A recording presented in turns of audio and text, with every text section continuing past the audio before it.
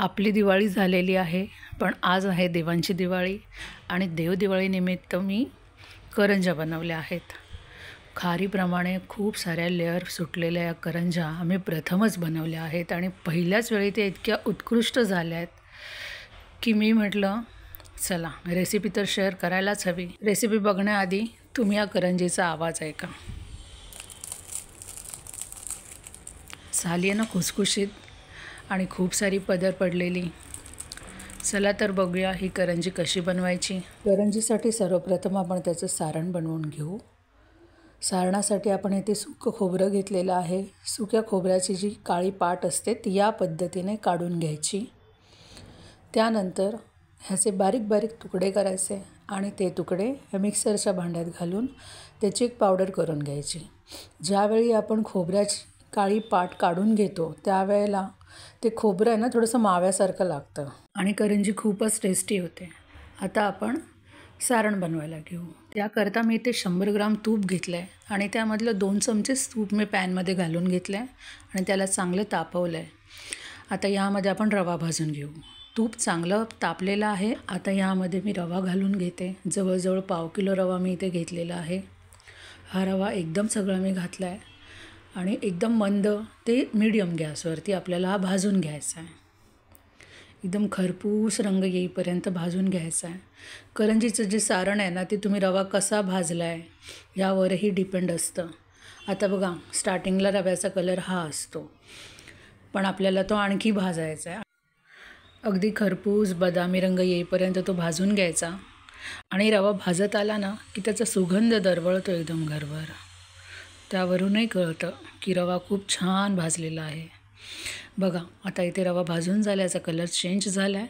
आता आपण हे एका परातीत किंवा मोठ्या ताटामध्ये काढून घेऊ.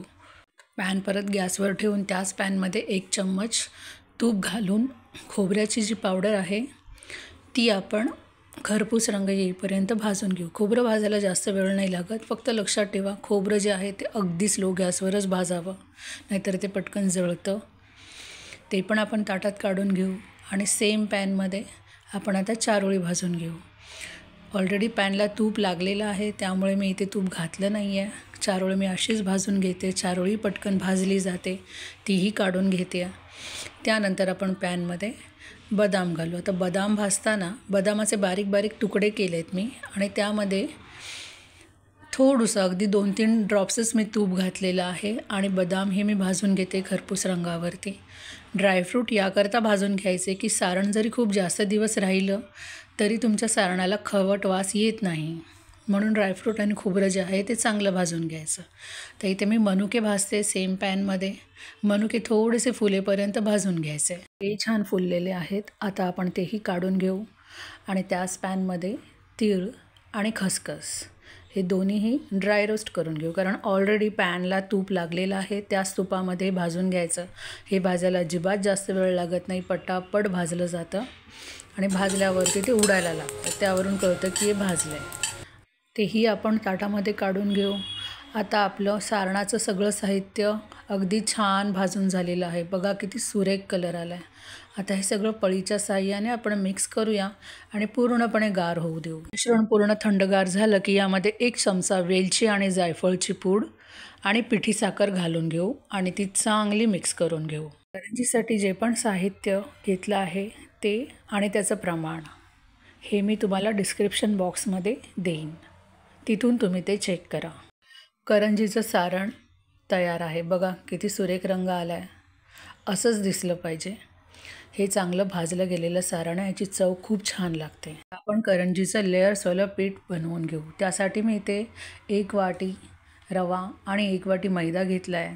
त्यामध्ये चवीपुरतं मीठ घातलं आहे आणि त्यामध्ये 2 टेबलस्पून गरम गरम तुपाचं मोहन केलेलं आहे. आता हे चांगलं मिक्स केलं. मिक्स केल्यानंतर अशी मूठ वळली गेली पाहिजे, म्हणजे तुमचं मोहन जे आहे ते परफेक्ट झालेलं आहे. इथे मी अर्धी वाटी पाणी घेतलं आहे आणि तेही थोडं थोडं करून मी इथे घालून पीठ चांगलं मळून घेतलं आहे. आपल्याला पीठ थोडंसं घट्टसरच मळून घ्यायचं आहे. अति मऊ किंवा सैल मळू नये. थोडंसं घट्टसरच मळावं आणि पीठ मळून झालं की आपल्याला ते अर्धा तास झाकून ठेवायचं आहे.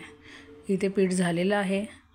बघा आता मी चेक करते तर माझी बोटं जी आहेत ती खूप अशी दाब दिल्यानंतर त्या पिठामध्ये जात आहेत. इतपत ते पीठ आपल्याला घट्ट मळायचं. आता मी याला ठेवते अर्धा तासासाठी. आता आपण साठा बनवून घेऊ. त्यासाठी मी इथे 1 टेबलस्पून घट्ट तूप घेतलेलं आहे रूम टेम्परेचरचं आणि त्यामध्ये 2 चमचे कॉर्नफ्लॉवर आणि 1 चमचा तांदळाचं पीठ घातलं आहे. आता हे मिक्सरमध्ये वाटून घ्यायचं. वाटून घेतलं की त्याची छान अशी पेस्ट तयार होते. तुम्ही बघू शकता किती स्मूथ पेस्ट तयार झालेली आहे. आता ही आपण एका वाटीत काढून घेऊ. इथे पिठाला अर्धा तास झालेला आहे. पीठ थोडंसं मऊ झालं आहे. त्याचा आपण गोळा काढून घ्यायचा आणि त्याचे बारीक बारीक तुकडे करून त्याच मिक्सरच्या भांड्यामध्ये टाकायचे. आता इथे जे पीठ कुटायची प्रोसेस असते त्या जागी मी इथे पीठ वाटून घेते. तर काय होतं यामुळे ते जे तूप लागलं आहे ना एक्सेस भांड्याला ते पण निघून येतं आणि पीठ खूपच छान लवचिक तयार होतं. हे बघा. आता मी अशा रीतीने बाकी जे उरलेलं जे पीठ आहे ते पण सगळं वाटून घेते. भांडं बघा किती स्वच्छ निघालं. जराही तूप किंवा काही लागलेलं नाही आहे त्याला. आता आपण हे थोडंसं मळून घेऊ परत. किती छान लवचिक पीठ तयार झालं आहे. इतकं कमी पाणी घालूनसुद्धा. ह्याचे जे लेयर्स आहेत ना ते खूप छान निघतील. आता हा पिठाचा गोळ आपल्याला रोल करायचा आहे. रोल करून ह्याचे 5 भाग करून घ्यायचे आहेत. बरं, मैदा आणि रव्याचं जे मी वजनी प्रमाण घेतलं आहे ते 100 ग्राम आहे प्रत्येकी. आणि रवा जो आहे तो मी बारीक वापरलेला आहे. बारीक रवा 100 ग्राम आणि मैदा 100 ग्राम. ठीक आहे. तसं तुम्हाला डिस्क्रिप्शन बॉक्समध्ये मिळेलच, पण तरीही मी सांगितलं. तर इथे 5 भाग झालेले आहेत. त्याच्या मी 5 मोठ्या लाट्या तयार करून घेतल्या आहेत. आणि ह्या लाट्या आता आपल्याला लाटून घ्यायच्या आहेत. खूपच पातळ लाटायच्या आहेत. अगदी पातळ. ठीक आहे. जितकी पसरली जाईल तितकी पातळ लाटायची आहे. 5ही लाट्या लाटून आपल्याला एका प्लेटमध्ये ठेवून द्यायच्या आहेत. एकावरती एक ठेवलात तरीही त्या काही चिपकणार नाहीत. माझी पहिली पोळी लाटून झालेली आहे. बघा ती कितपत पातळ लाटली आहे मी. आता मी ती एका ताटामध्ये काढून घेते आणि दुसरी पोळी लाटायला घेते. ठीक आहे. आणि अशा रीतीने मी 5ही पोळ्या लाटून घेईन. माझ्या 5ही पोळ्या लाटून झालेल्या आहेत. आता त्यातली एक पोळी काढून घेऊन ती अशा पद्धतीने पोलपाटावरती पसरवायची. त्यानंतर आपण जो साठा बनवला आहे तो घ्यायचा आणि त्यातला थोडासा साठा काढून पोळीवरती पसरवून घ्यायचा हाताच्या साहाय्याने. ठीक आहे. सगळ्या बाजूने व्यवस्थित लागला गेला पाहिजे. अगदी जास्त पण साठ्याची पातळ लेअर लागली पाहिजे अशी. आता यावर दुसरी पोळी घ्यायची आणि ती अगदी व्यवस्थित ठेवायची. एकावरती एक व्यवस्थित लागली पाहिजे. आता त्यामधला जो बबल एरिया दिसतोय तुम्हाला तो व्यवस्थित दाब देऊन ते बबल काढून घ्यायचे. थोडंसं लाटणं फिरवलं तरीही चालेल. असे बबल निघाले की त्यानंतर परत साठा घ्यायचा आणि या वरच्या पोळीवरती चांगल्या रीतीने पसरवून घ्यायचा. अशा पद्धतीने सेम आपण 5ही पोळ्या करून घेऊ. आता हा झाला की ह्यावरती मी तिसरी पोळी लावेन. परत ते बबल जे बुडबुडेसारखे दिसत आहेत ते प्लेन करून घेईन. लाटणं फिरवून घेईन यावरून आणि परत साठा लावेन. अशा 5ही पोळ्या आपल्याला लावून घ्यायच्या आहेत. ठीक आहे. आता ही शेवटची 5वी पोळी त्याच्यावरती साठा लावला आहे. आपला साठा एकदम परफेक्ट झाला आहे. पूर्णपणे संपला साठा. आता 5व्या पोळीवरती साठा लावल्यानंतर या 5ही पोळ्या एकत्र करून त्याचा अशा पद्धतीने टाईट रोल करून घ्यायचा. ती दुमडत जायची मी जशी दाखवते तशी. त्यामध्ये हवा ठेवायची नाही. एकदम घट्ट दुमडायची आहे. अशा पद्धतीने तो रोल बनवून घ्यायचा सिलेंडर आकाराचा. ठीक आहे. आता तो रोल एकदम टाईट बांधून झाला आपला. असा चिपकला पूर्ण की त्याला आपल्याला आणखी असं रोल करत जायचं आहे. थोडा तो जो आहे रोल आपला तो लांबट करत जायचं आहे. बघा आधी तो लहान होता ना, आता तो थोडासा लांबट झाला पाहिजे. लांबट झाल्याच्या नंतर आपल्याला 1 इंच आकाराच्या याच्या बारीक लाट्या कापून घ्यायच्या आहेत. हे बघा 1 इंच आकाराच्या लाट्या कापून घेतल्यात. आता जो रोल तयार झाला आहे त्यामध्ये माझ्या साधारणतः 20 लाट्या तयार झाल्या आहेत. बघा आताच त्याच्यामध्ये कसे ते लेअर दिसत आहेत. तयार लाट्या ज्या आहेत त्या आपण एका साईडला झाकून ठेवून देऊ. आता एक लाटी घेतली आहे, तिला अशी ठेवायची आणि तिला ना लेअरच्या अपोजिट बाजूने, लेअरच्या विरुद्ध बाजूने हलकेच तिरकस दाबायची अशा पद्धतीने. ते लेयर्स आहेत ना ते पूर्णपणे असे खुलून आले पाहिजे. तुम्हाला दिसत आहेत व्हिडिओमध्ये ते लेयर्स कसे खुलत आहेत. जिथे कमी लेयर होते त्या बाजूने दाब देऊन तिला तिरकस दाबायची. आता जसं तुम्ही दाबलं आहे तीच बाजू तशीच वरती ठेवून तुम्हाला लाटून घ्यायची आणि हलक्या हाताने लाटायची. जास्त दाब द्यायचा नाही आणि अगदी पातळ पोळी लाटायची नाही आहे आपल्याला. मध्यम आकाराची पोळी लाटली गेली पाहिजे, ना जास्त पातळ ना जाड, तरच लेयर त्याचे व्यवस्थित निघतील. हे बघा, तुम्हाला आत्ताही लेयर दिसत असतील या पोळीवरती. कधी कधी काय होतं, आपण खूप पातळ किंवा खूप दाब देऊन लाटतो आणि त्याचे लेयर गायब होतात. तसे गायब होता कामा नाही आहेत. असे लेयर दिसले पाहिजेत जसे तुम्हाला दिसत आहेत आता या व्हिडिओमध्ये. आता ह्यामध्ये आपण सारण भरून घेऊ. मी ज्या करंज्या दाखवते त्या बिना साच्याच्या आहेत, कारण माझ्याकडे साचा नाही आहे. तर बिना साच्याच्या सुद्धा कशा सुरेख करंज्या करायच्या ते मी तुम्हाला इथे दाखवते. आपण 1 चमचा सारण भरून घेऊ. बघा, सारण भरताना ना पोळीच्या एका बाजूला अशा रीतीने हात ठेवायचा आणि 1 चमचा सारण भरायचं. म्हणजे काय होतं, सारण बाहेर पडत नाही. ठीक आहे.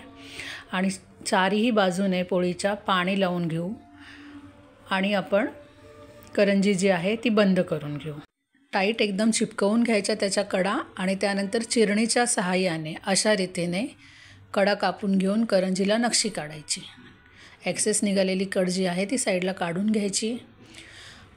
ही बघा, ही एक झाली एक पद्धत. आता मी तुम्हाला दुसरी पद्धत दाखवते. बघा, ह्यामध्ये पण लेयर कशा दिसत आहेत. आता मी दुसरी लाटी घेतली, तिलाही तिरकस प्रेस करून घेतलं, हलकेच लाटून घेतली. तिच्या लेयर दिसत आहेत. ती ह्या जाडीची लाटून घेतलेली आहे. आता काय माहिती आहे, ज्या बाजूने लेयर दिसत आहेत ती बाजू खाली ठेवायची पोलपाटाच्या बाजूने, आणि जिथे कमी लेयर दिसत आहेत ती बाजू सारण भरण्याच्या इथे वरच्या बाजूला ठेवायची. ठीक आहे. आणि जे सारण टाकतो आहे आपण ते जो पोळीचं मध्य आहे ना त्याच्या एका बाजूला टाकायची. म्हणजे एका साईडला जास्त जागा उरली आहे, एका साईडला कमी जागा उरली आहे. म्हणजे पोळीचा जो आपण मध्य काढू त्याच्या एका बाजूलाच सारण टाकायचं. त्यामुळे काय होतं माहिती आहे, आपण बघा जेव्हा करंजी दुमडतो त्यावेळेला सारण आहे ना ते बाहेर नाही पडत. मधोमध जर टाकलं तर करंजी दुमडताना सारण बाहेर पडतं, पण जर एका बाजूला टाकलं तर सारण बाहेर पडत नाही. माझं सारण कुठेही बाहेर नाही पडलं आहे. त्यानंतर एक असा काटा घ्यायचा आणि त्या काट्याने ना दुमडलेल्या बाजूला अशा रीतीने नक्षी करायची. आता माझ्याकडे साचा नाही आहे तर हा एक जुगाड आहे. हलकेच प्रेस करायचं, जास्त जोरात प्रेस करायचं नाही आहे. आणि लक्ष द्या की त्याचे काटे कुठेही सारण भरलेल्या जागेवर लागणार नाहीत. सर्व करंज्या करून झाल्यावर मी ते तेल तापत ठेवलं आहे. साधारणतः पाव किलोपेक्षा जास्त तेल घेतलेलं आहे मी. आणि तेल जास्त तापवायचं नाही आहे, अगदी हलकं तापवायचं आहे. तेल तापलं की गॅस मीडियम टू स्लो करायचा. अगदी स्लो ठेवला तरी चालेल. आणि करंजीची जी लेअरवाली बाजू आहे ती वर ठेवून करंजी आपल्याला तेलात सोडायची आहे. मी एका वेळेला 3 करंज्या सोडल्या आहेत. तुम्हीही जास्त करंज्या सोडू नका. 3 ते 4 करंज्याच एका वेळेला टाका आणि तळून घ्या. बघा, करंजी टाकल्याच्या नंतर जे बुडबुड आहेत ना ते खूप स्लो येत आहेत. म्हणजे तेल जे आहे ते जास्त तापलेलं नाही आहे. अशा पद्धतीने कमी तापलेलं तेलच हवं आहे. आता आपण एक चमचा घ्यायचा आणि त्या चमच्याच्या सहाय्याने जसं आपण पुरीवरती तेल उडवून पुरी फुलवतो ना तशी या करंजीवरती तेल उडवून आपल्याला करंजीचे जे लेयर्स आहेत ना ते खोलायचे आहेत. बघा, जसं जसं मी तेल उडवते करंजीवरती तसं तसं त्याचे लेयर जे आहेत ना ते निघत आहेत. म्हणून जी लेयरची बाजू आहे ना ती वरच ठेवायची आणि जी जास्त दबलेली बाजू असेल ना ती खाली सोडायची तेलामध्ये. आणि गॅस जो आहे तो स्लोच ठेवायचा. स्लो गॅसवरती खूप छान लेयर निघतील. नाहीतर मग जास्त तापलेल्या तेलामध्ये ना आपल्या करंज्या जळतील, लेयरही नाही निघणार, पटकन करपून जातील त्या. स्लो गॅसवरती आपण जेव्हा फ्राय करतो तेव्हा ती गोष्ट जी आहे ती खूप छान अशी खरपूस रंगावरती तळली जाते. त्याचे एक एक पदर सुटले जातात. बघा किती छान रंग आला आहे करंजीला आणि त्याचे लेयरही किती छान निघाले आहेत. आता झालं. याच रंगावरती आपण या करंज्या काढून घ्यायच्या आहेत. त्याला अशा पद्धतीने झाऱ्यात काढून त्याचं तेल व्यवस्थित निथळवून घ्यायचं आहे आणि करंज्या काढून टिश्यू पेपरवर ठेवायच्या. म्हणजे जे ॲक्सेस तेल पण असेल तेही निघून जाईल. किती छान दिसत आहेत करंज्या. तेलात पण बघा अजिबात करंजी फुटलेली नाही आहे. अशा पद्धतीने आपल्या खारीसारख्या लेअरवाल्या करंज्या बनवून तयार आहेत. मी जे प्रमाण घेतलं आहे त्यामध्ये 20 करंज्या बनवून झालेल्या आहेत. या करंज्या जितक्या दिसायला सुंदर आहेत त्याहीपेक्षा त्या चवीला भन्नाट आहेत. नक्की ट्राय करा. Thank you so much for watching. Bye.